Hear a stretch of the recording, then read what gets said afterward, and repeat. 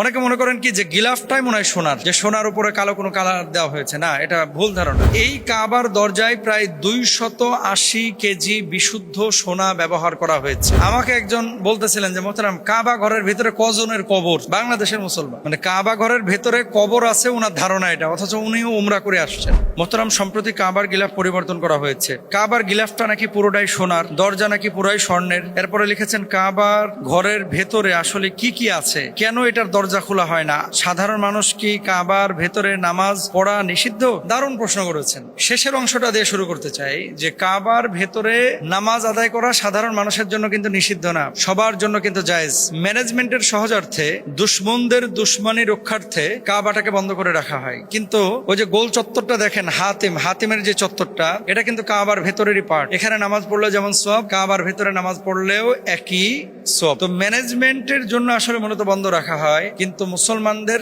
সবার জন্য কাবার ভিতরে নামাজ আদায় করা এটা জায়েজ।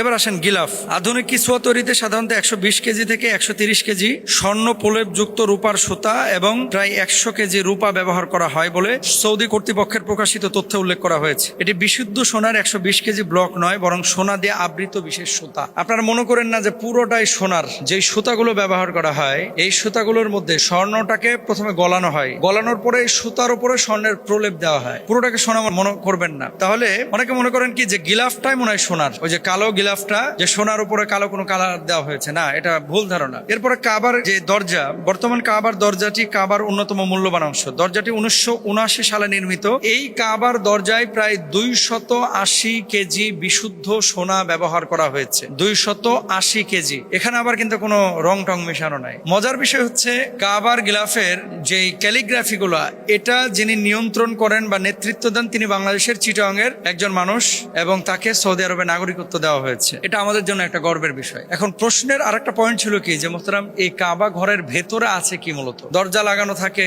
কিন্তু ভেতরে কি আছে? যে এখানে কি মানুষ থাকে? এখানে কি কোনো পাখি ঢুকতে পারে? না এখানে কোনো মূল্যবান সম্পদ আছে? আমাকে একজন বলতেছিলেন যে মোহতারাম, কাবা ঘরের ভেতরে কজনের কবর? বাংলাদেশের মুসলমান, মানে কাবা ঘরের ভেতরে কবর আছে ওনার ধারণা এটা, অথচ উনিও উমরা করে আসছেন, অথচ উনি জানেন না যে কাবা ঘরটা কি। বুঝছেন তো আমাদের জ্ঞানের পরিধিটা কি, যে কাবা ঘরের ভিতরে কয়টা কবর উনি জিজ্ঞেস করেছেন আমাকে। তো কাবা ঘর মূলত হচ্ছে আপনার মসজিদ, যেমন কাবাটা তো আল্লাহর ঘর, মসজিদ সিজদার জায়গা। এর ভিতরে আছে 3টি কাঠের স্তম্ভ বা পিলার। কয়টা?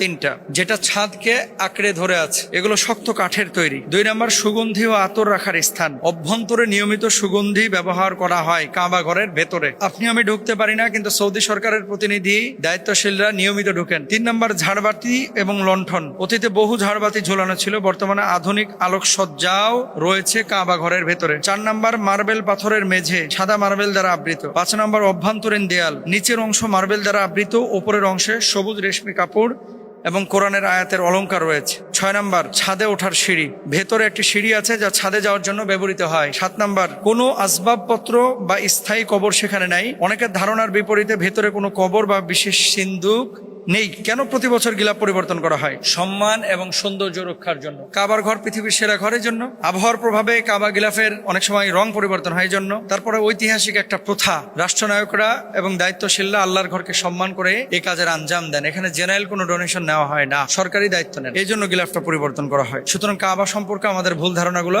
দূর হওয়া উচিত। আল্লাহ বুঝদান করুন।